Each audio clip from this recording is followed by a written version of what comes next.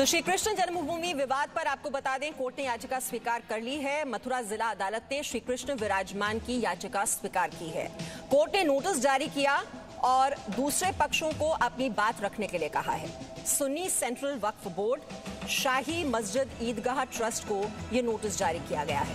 श्री कृष्ण जन्मभूमि trust, Shri Krishna जन्मस्थान सेवा संस्थान को भी नोटिस जारी किया गया है। इस याचिका में ईदगाह हटाने और पूरी 13.37 एकड़ जमीन की मांग की गई है। आपको बता दें, 1968 में जन्मस्थान और ईदगाह के समझौते को रद्द करने की मांग भी की गई है। मामले की अगली सुनवाई 18 नवंबर को होगी। All India Muslim personal law board Babri case पर सीबीआई कोर्ट के फैसले को चुनौती देगा।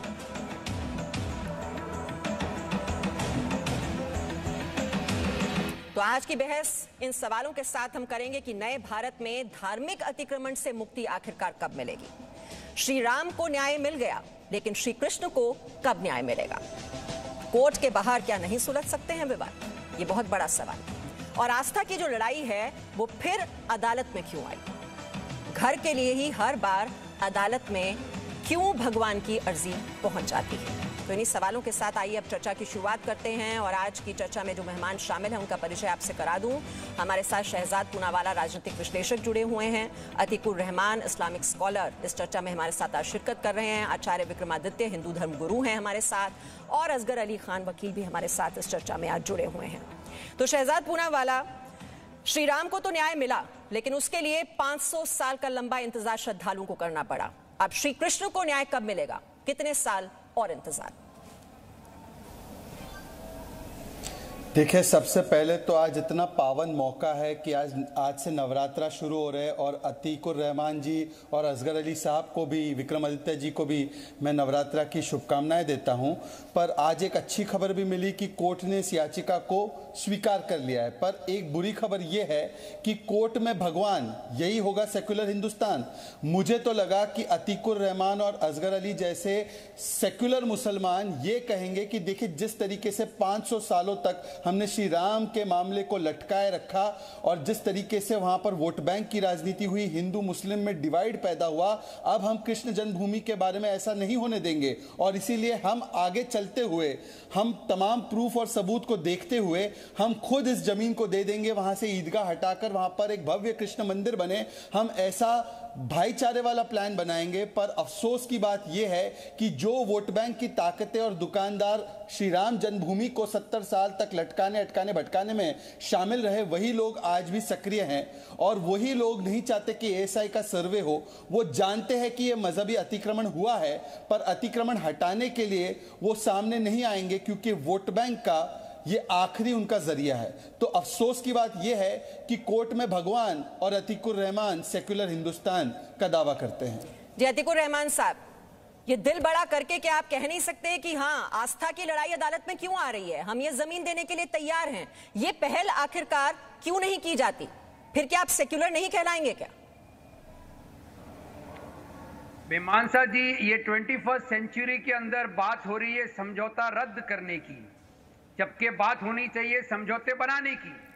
तो आपने जो कहा ये समझौता रद्द करने की याचिका है, क्या ये 21st सेंचुरी के लोगों को कबूल होगी? पहले तो आप ये तय कर लीजिए कि आप लोगों को बांटना क्यों चाहते हैं, आप लोगों के दिलों में नफरतें क्यों फैलाना चाहते हैं। 1991 में पार्लियामेंट ने एक एक्ट पास किया जिसके तहत औरंगजेब ने अतिक्रमण नहीं किया था। डिबेट छोड़ना पड़ेगी। No no no no no no, आपके वक्त में बोलिए शहजाद। आप पार्लियामेंट ने जब एक एक्ट पास किया 1947, आजादी मिलने के साथ, जो धार्मिक स्थल जैसा है वैसा ही रहेगा। एक तो आप उसका गला घोटने जा रहे हैं, और दूसरा जो समझौता हुआ है दोनों पक्षों के बीच में, उसका गला घोटने जा रहे हैं।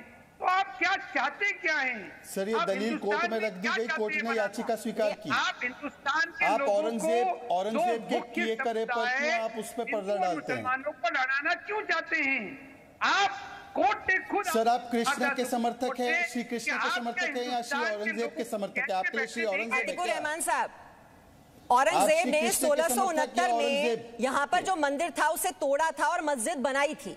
ये आपके पास मौका है, जो भूल हुई, भूल सुधार का मौका आपने तब भी गवाया जब श्री राम के जन्मस्थली का सवाल आया। ये कम से कम जो मौका अब मिल रहा है, इसे तो मत गवाइए। आचार्य विक्रमादित्य जी, ये लटकाने, अटकाने, भटकाने का खेल कब तक होगा इस देश में?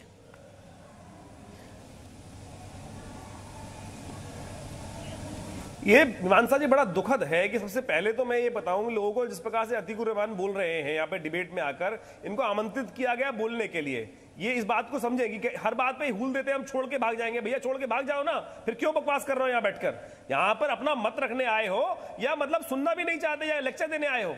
यहाँ इस बात को बोलना, हर डिबेट में आके ये लोग सामने आके बोलते हैं हम डिबेट छोड़ के भाग जाएंगे। भैया भाग जाओ ना, आपको बुलाया आपसे मत ले कौन रहा है? इस बात को समझे। आचार्य विक्रमादित्य जी, मेरी देखिए हर पैनलिस्ट से ये गुजारिश है कि भाषा पर जरा संयम रहे और हम थोड़े ठंडे दिमाग से इस पर चर्चा करें।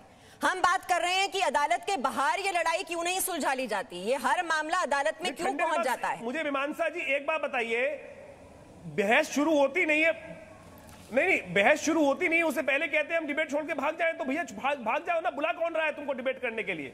कॉम्प्रोमाइज की बात कर रहे हैं, 1968 की कॉम्प्रोमाइज की, कैसे किया गया उसका इनको बेस मालूम है? कौन सी पार्टी को खड़ा किया गया? एक नया ट्रस्ट डेवलप कर दिया जाता है, कुछ लोगों का संगठन बना के उनसे कॉम्प्रोमाइज करा दिया जाता है। उस वक्त के लोगों ने, ना तो मीडिया का इतना बड़ा रोल था, मीडिया से ना तो जनमानस तक बात पहुंची, कुछ लोगों ने सरकारी किस प्रकार से लीपापोती की गई है ये लोगों को पता तक नहीं है। आज कोर्ट ने वो सब समझा और उसको एक्सेप्ट किया और उसमें वो दो ग्रिल कोर्ट में पहुंचे लोग लेके। अगर वहां कोई तलवार लेके नहीं गया, कुछ और लेके नहीं गया, कोई विध्वंस करने नहीं गया, एक न्यायपालिका के समक्ष अपनी बात न्याय प्रासंगिक तरीके से रखने का बात कर रहे हैं और वो भी सुनने को कोई राजी नहीं है। आप कॉम्प्रोमाइज की बात करते हैं, मैं कह रहा हूं ये लोग कॉम्प्रोमाइज करने को बिल्कुल तैयार नहीं होंगे। असगर जी, शहजाद भाई ने इतनी बढ़िया तरीके से यहाँ बात रखी। आपने सुना असगर जी, यहाँ पर ये धोखे से समझौता कर दिया गया था, जो बात आचार्य विक्रमादित्य कर रहे हैं, ये धोखे से समझौता कर दिया गया। देखिए न्यायपालिका में ये एक तो नौबत आनी ही नहीं चाहिए कि न्यायपालिका में मामला पहुंचे, लेकिन जब पहुंच गया है और ये जो स्वीकार कर ली गई है याचिका, तो भी दिक्कत हो रही है, ऐसा क्यों? देखिए कोई दिक्कत नहीं है, न्यायपालिका गए हैं, कोई प्रॉब्लम नहीं है। प्रॉब्लम इस बात की है कि ये सब कुछ होना ही नहीं चाहिए था। जो जैसे है वैसी रहेगा धार्मिक स्थल, ये सब कुछ पहले तय हो चुका है। इसमें सिर्फ मुल्क के माहौल को बिगाड़ने के लिए, और ये माहौल जब तक रहेगा जब तक ये सरकार मौजूद है। उसकी वजह है, बात पूरी सुन लें आप, जब आप कहते हैं तो सुनने की भी हिम्मत रखें। उसकी एक वजह है, इनका बैंक वोटिंग इस पर है, पे कब्जा रहेगा तब तक ये माहौल खराब रहेगा। ये बात मत करें, सरकारें आएंगी, हम आपकी इज्जत करते हैं। पंडित जी एक बात सुन लीजिए, आप सुन भी लिया कीजिए। सिर्फ बोलते हैं फिर कहते हैं कोई भाग रहा है, कोई बैठ रहा है। आप अपनी लैंग्वेज भी सही करिए, आप लैंग्वेज भी सही करिए अपनी। बातें करने की बात करते हैं, जब तक नाजायज कब्जा रहेगा हमारी जमीनों पर, ऐसे मत बोलिए, बना रहेगा। आप नाजायज फालतू आप बोलते हैं, कोई आपसे बोलना भी नहीं आता, हिंदुओं के से बोलते हैं। बताइए, आप ये बताइए, आप किस चैनल पे बैठे? आप सहिष्णुता का परिचय जो है वो आप हिंदू समाज से हमेशा क्यों एक्सपेक्ट करते हैं? सुनने की आपको हिम्मत नहीं। असगर जी बात सुनिए जरा, बात यहाँ पर आस्था की हो रही है। देखिए सुनिए, औरंगजेब ने मंदिर तुड़वाया, मस्जिद उस जगह पर है। सुनिए तो सही पहले बात, मस्जिद उस जगह पर बताई जा रही है जहां पर कारागार हुआ करता था, जहां पर श्री कृष्ण का जन्म हुआ। अब श्रद्धालुओं की आस्था के साथ अगर आप छेड़छाड़ करेंगे, ये क्यों किया जा रहा है? असगर जी बहुत ही सीधा सा सवाल है। आप हमारे साइंटिफिक सर्वे करने को तैयार हो जाए, ये बीच में बोलते रहेंगे ताकि हम बात अपनी नहीं कह पाए। सिर्फ इनको खामखा में बोलना है बिना बात के। हम आपसे सवाल करते हैं, अगर आप एक तो आस्था की बात कहती हैं, देखिए ASI का सर्वे होता है तो भी आपको दिक्कत हो जाती है।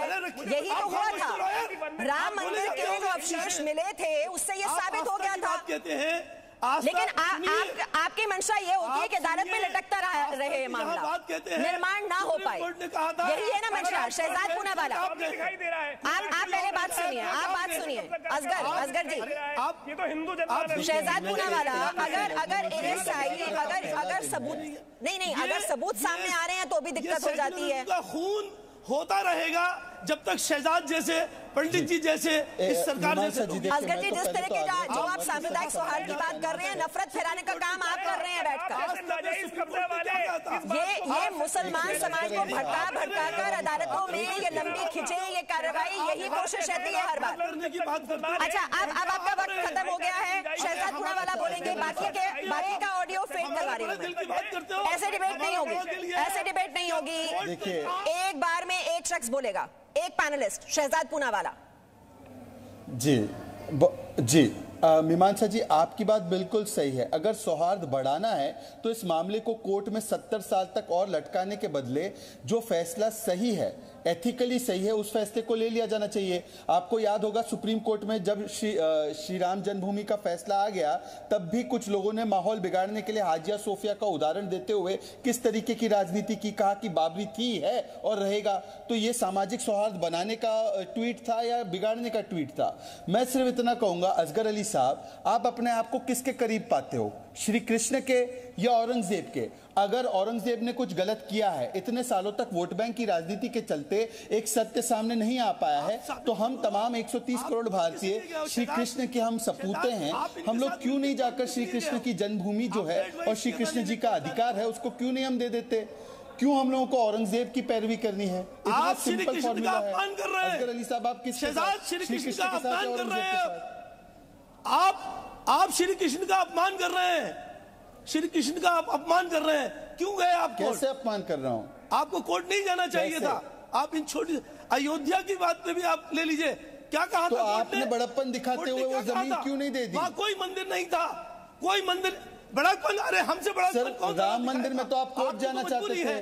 70 साल तक आपने कोर्ट में लटकाया है। जो सही बात है वही कहेंगे हम, उसके अलावा कुछ नहीं कहेंगे। नहीं असगर जी, बड़प्पन नहीं दिखा सकते आप। औरंगजेब ने कुछ नहीं, बड़प्पन आप नहीं दिखा सकते, यही माने हम। बड़प्पन नहीं दिखाएंगे। आप जो अदालत की बात कह रहे हैं, जो बाबरी विध्वंस मामले में जो फैसला सुनाया है अदालत ने, उसको फिर चुनौती दे रहे हैं आप। ये देखिए, ये नियत जो है वो साफ हो जाती है, इससे नियत साफ हो जाती है, मंशा साफ हो जाती है कि सांप्रदायिक सौहार्द नहीं बनाना है, नफरत फैलाना है, मुस्लिमों को भड़काना है। शांति से रह रहे हैं इस देश में हिंदू मुसलमान, लेकिन ये चंद लोग हैं जो ये दरार पैदा करने की कोशिश करते हैं। अतिकुर रहमान साहब, अतिकुर रहमान साहब, सेकुलर है, सेकुलर रहे। नहीं, आप ये सेकुलर की डेफिनेशन एक तो बता दीजिए। सेकुलर का मतलब क्या है? कि अदालतों में जाना पड़े भगवान को? आप खुद के घर के लिए अतिकुर रहमान साहब जिस सेकुलरिज्म की ये बात कर रहे हैं, सेकुलरिज्म क्या है? भगवान अपने घर के लिए संघर्ष करें, अदालत के दरवाजे खटखटाएं, तब जाकर न्याय मिलेगा उनके भक्तों को और भगवान को।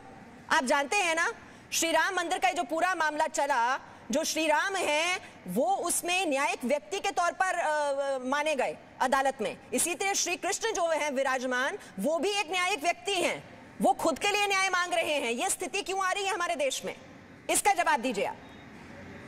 मीमांसा जी, मेरी सिर्फ इतनी ही प्रार्थना है आप सभी लोगों से, पैनल पे बैठे हुए देशवासियों से, मुझे कोई भी इतना अगर यकीन दिला दे कि कोई भी ऐसे मामलों के ऊपर, ना सिर्फ कृष्ण जन्म स्थान के ऊपर, कोई भी दूसरे मामले के ऊपर हिंदू मुस्लिमों में अगर कड़वाहट फैलाना बंद कर दी जाए तो ये तमाम मामले सुलझ सकते हैं। सुप्रीम कोर्ट में जब अयोध्या का मामला चल रहा था तो सुप्रीम कोर्ट ने खुद कहा था कि हमारा कंट्रोल हिस्ट्री में क्या हुआ उस पर नहीं है, लेकिन हमारा कंट्रोल आज के हिंदुस्तान पर है। यहाँ पर अगर हम सब मिलकर बैठें, इन तमाम चीजों को हम सुलझाने की कोशिश करें, सौहार्द बनाने के साथ साथ में इन चीजों का हल निकल सकता है। जी बिल्कुल, वही बात अतिकुर रहमान साहब हम भी कह रहे हैं कि एक भूल हो गई, चलिए उसे पीछे छोड़ दें, इतिहास को पीछे छोड़ते हुए भविष्य की ओर देखें। और वो भविष्य सुनहरा तभी हो सकता है जब इस समाज में हिंदू मुसलमान मिलकर समस्या का समाधान अदालत के बाहर निकाल लें, लेकिन वो नहीं हो पा रहा है। इसी पर सवाल है, इसी पर सवाल है अतिकुर रहमान साहब, लेकिन उसका जवाब आपने नहीं दिया। आप बोल रहे हैं कि अदालत के बाहर मामले को सुलझा लेना चाहिए, लेकिन हो नहीं रहा है ऐसा। चलिए, मेरे पास वक्त इतना ही था। बहुत बहुत शुक्रिया सभी मेहमानों का चर्चा में शामिल होने के लिए। Presenting V News app available on Google Play and App Store. Download it now.